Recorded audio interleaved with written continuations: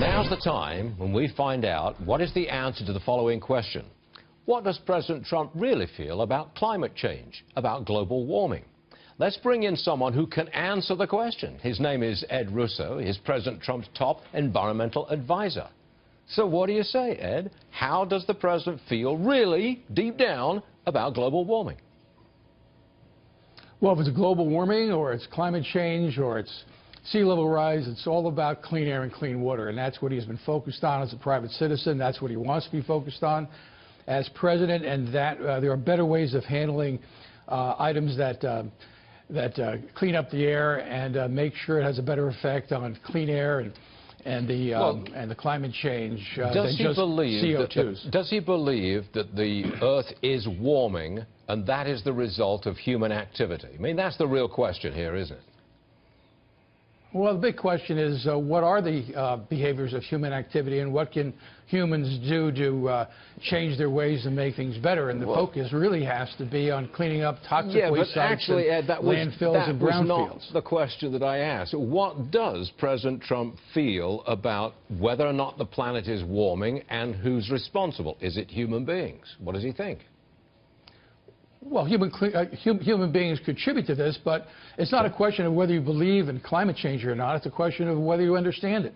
And we have to work to clean up the environment now, and that'll have a much greater effect on climate change and global warming.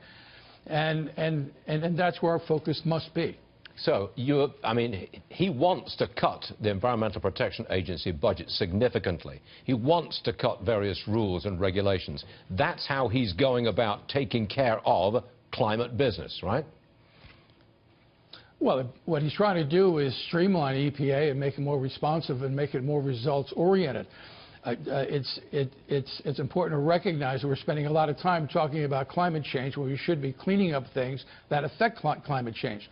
Landfills, I mean, one of the things that people don't realize is that landfills belch out methane every single day, and methane has 6 times the concentration of greenhouse gases and CO2. So if we can focus on cleaning up landfills and other brownfield sites, we'll have a much better impact on climate change and humans' impact on climate change than the CO2 argument that's going on today. I've got a feeling that the courts, or the lawyers rather, are going to fight him all the way, right? Well, that may be, but private businesses and environmental organizations and government agencies at all levels should follow his lead. Again, and focus on cleaning up the environment that we have today. Brownfields. You go past these landfills and you see these white pipes. Those are methane vents. We should stop that. There's better ways of handling methane, and there's better ways of creating energy from methane without combustion. I wish we had more time. We don't. But Mr. Russo, thanks for joining us. We appreciate it, sir. Thanks very much indeed.